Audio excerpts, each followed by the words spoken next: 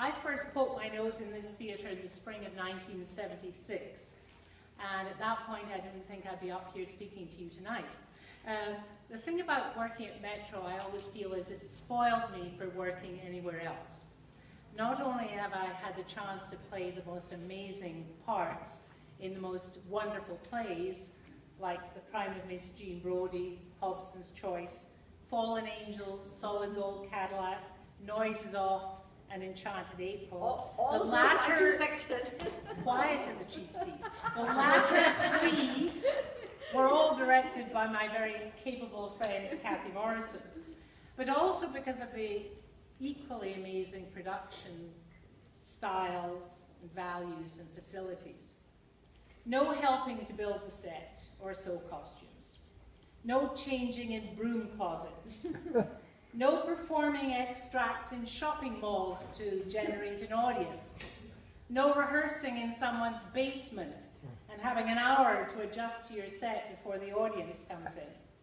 All we have to do is memorize our lines and not bump into the furniture, as Noel Coward was attributed to say. I would say, however, that the biggest challenge facing actors on Metro's stage are diction and projection. In other words, delivering the lines so they can be heard and understood, while at the same time sounding like natural speech. Nowadays, we live in a society of mumblers, what I call the Marlon Brando school of acting. You got it. Partly to blame for this, of course, is the film and TV industry, in which people have microphones and have no need to project. I was given the benefit of elocution lessons, involving tongue twisters to help my diction.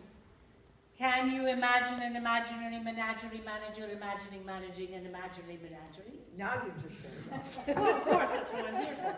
And breathing exercises to improve the support of the voice so that projection doesn't involve straining the vocal cords. I remember reading once that the great Caruso could move a grand piano with his diaphragm. Oh. It was so strong from all the deep breathing exercises he had to do as a famous tenor. I have no such ambition.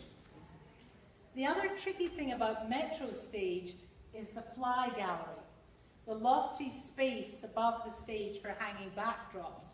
Because if you're standing in mid-stage, sometimes the voice wafts up into the upper regions of the ceiling and is lost. This is something directors need to address in their blocking, trying to make sure their actors are as far downstage as possible. I remember playing an intimate breakfast scene in a play called Lloyd George Knew My Father. And we were so far upstage, we had to shout at each other. Luckily, my husband was supposed to be deaf, so we were able to make it realistic for the play. Sadly for me, at my